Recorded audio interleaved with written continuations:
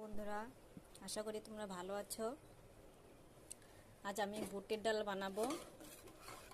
আগে থেকে সিদ্ধ করে নিয়ে দুধ গুঁড়ো দিয়ে দেবো, জিরের গুঁড়ো দিয়ে দেবো, অল্প ধনে গুঁড়ো, তো নুন, কাঁচা লঙ্কা চিরা, জিরে, আদা কুচি দিয়ে দিলাম,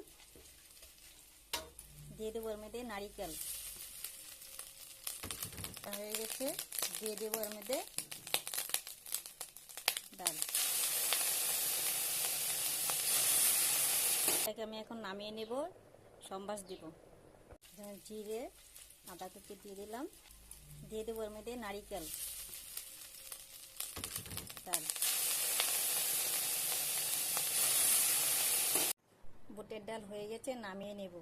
বুটের ডাল হয়ে গেছে, নামিয়ে নিয়েছি। দেখো, ভালো হলে লাইক করবে, শেয়ার করবে, কমেন্ট করবে।